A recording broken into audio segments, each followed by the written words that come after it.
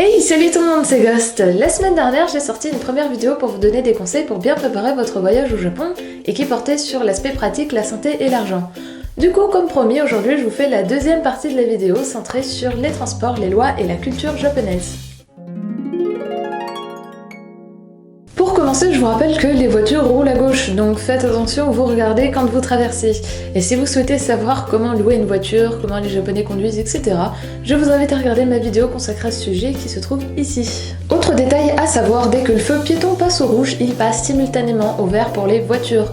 Donc ne vous dites pas comme en France que vous avez encore un peu de temps pour traverser car vous risquez clairement de vous faire écraser, en plus de vous faire mal voir par les japonais qui attendent toujours très patiemment que le feu passe au vert. Je vous invite avant tout à télécharger l'application Hyperdia qui est la plus utilisée et la plus pratique pour savoir quel transport il faut prendre pour aller quelque part, que ce soit à Tokyo ou à l'autre bout du Japon. Et elle vous sera également très utile pour prévoir vos temps de déplacement et ainsi organiser vos visites. Au Japon, il y a les lignes JR, donc Japan Rail, qui sont l'équivalent de la SNCF en France, mais en 10 fois mieux. Ils sont toujours super propres, toujours pile à l'heure et jamais en grève. Et il y a également des lignes de sociétés privées comme Toei, Seibu, Odakyu, Keisei et bien d'autres, qui composent notamment le métro de Tokyo. Sachez que vous pouvez facilement visiter Tokyo en n'utilisant que la célèbre ligne JR, la Yamanote Line.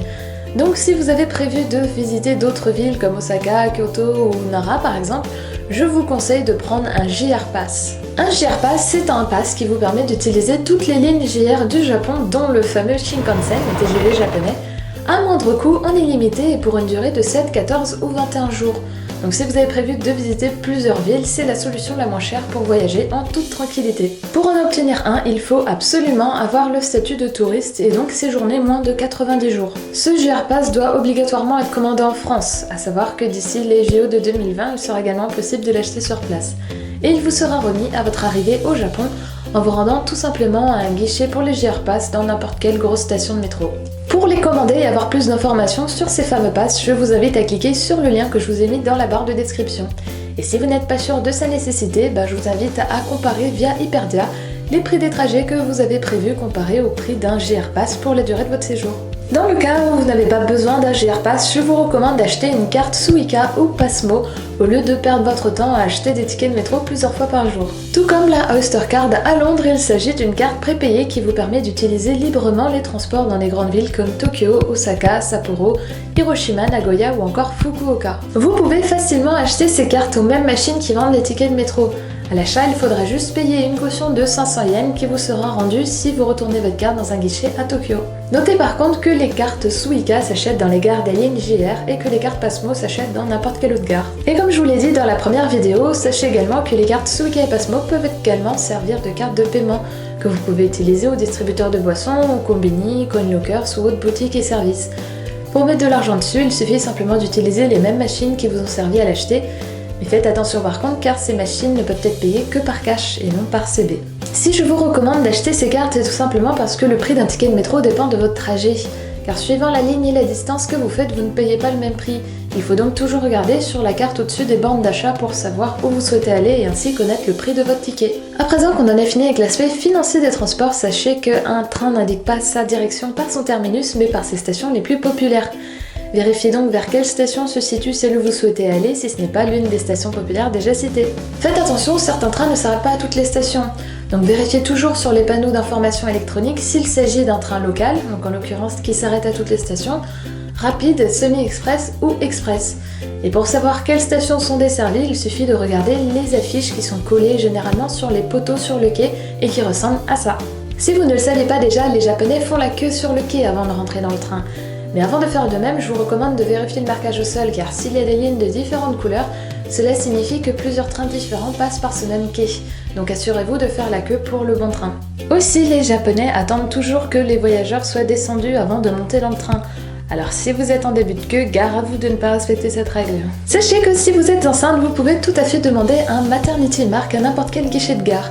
Il s'agit d'un badge ou d'un porte-clés qui indique aux autres voyageurs que vous êtes enceinte et donc il faudra éventuellement vous laisser leur place. Vous en avez peut-être déjà entendu parler, mais dans le métro japonais, il existe des wagons réservés aux femmes afin d'éviter les attouchements sexuels durant les heures de pointe. Sachez donc que ces wagons roses sont réservés aux femmes, aux enfants et aux handicapés de l'ouverture du métro jusqu'à 9h30 du matin, après quoi ils sont ouverts à tout voyageur. Et pour finir avec les transports, sachez qu'il est interdit de boire, de manger, de fumer, de parler fort et de téléphoner dans le train. D'ailleurs, les téléphones sont même demandés à être mis en mode silencieux. Passons maintenant aux lois, même s'il s'agit plus de règles communes. Sachez que l'interdiction de boire et de manger est aussi vraie quand vous marchez dans la rue, et que l'interdiction de fumer s'applique également dans la rue, mais pas dans les lieux publics fermés comme les restaurants et les bars. Oui, je sais, perso j'appelle ça la logique japonaise. Par contre, si vous souhaitez fumer dehors, il faut trouver un fumoir qui ressemble à ça.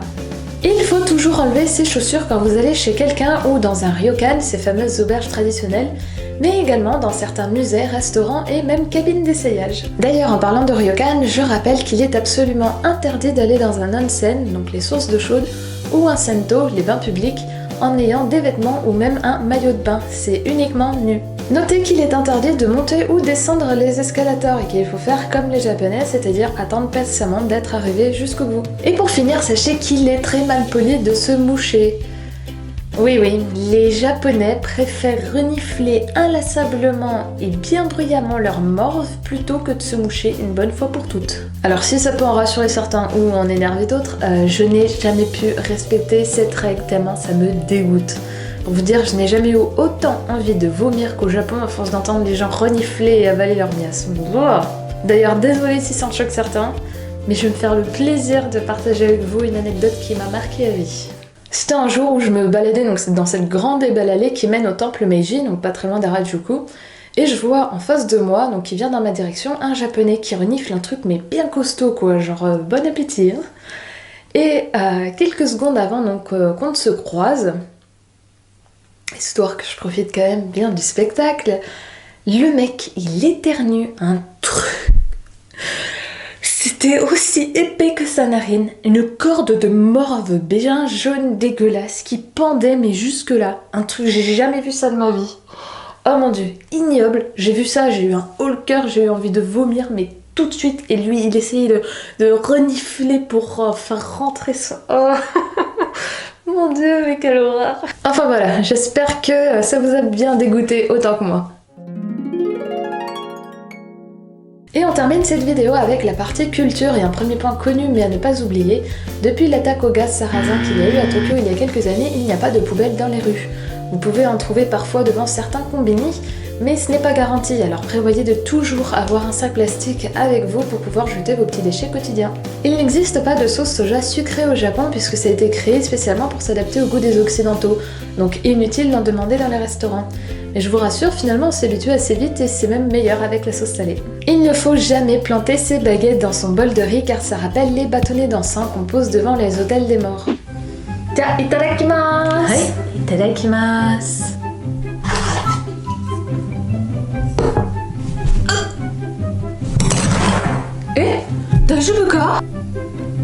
Il ne faut jamais laisser de pourboire, c'est très mal poli, voire vexant pour les Japonais car le service, c'est leur travail.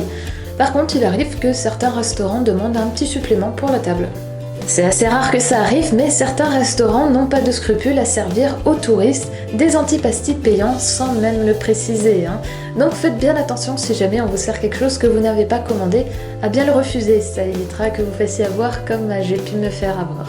Il faut toujours appeler le serveur en criant « Sumimasen !» Sinon, il ne viendra jamais prendre votre commande. Car si en France un simple regard suffit à se faire comprendre, au Japon il est plutôt commun de crier pour se faire servir. Ce qui peut s'avérer assez problématique si, comme moi, vous trouvez ça un peu rude comme façon de faire.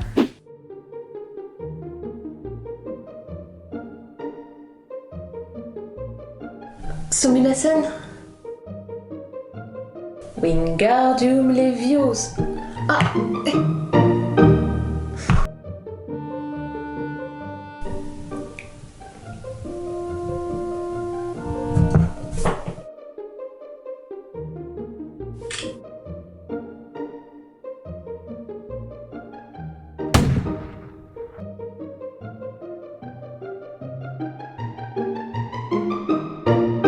Si vous allez à Osaka et que vous souhaitez faire genre vous connaissez un peu les dialectes japonais, vous pouvez dire okini pour dire merci au lieu de dire arigato. Et enfin pour finir, sachez que les japonais comptent les années en fonction de leurs empereurs et non de Jésus-Christ. Du coup, depuis 1989, ils sont dans l'ère Heisei. Ne soyez donc pas surpris si dans les calendriers japonais, vous voyez le chiffre 29 au lieu de l'année 2017. Et voilà, cette vidéo est enfin terminée, j'espère qu'elle vous a plu et surtout qu'elle vous a appris plein de choses. Si c'est le cas, ce serait cool de laisser un petit pouce bleu. Je vous invite aussi à vous abonner et à me suivre sur Twitter et sur Instagram. Et en attendant la prochaine vidéo, portez-vous bien. Tchuss!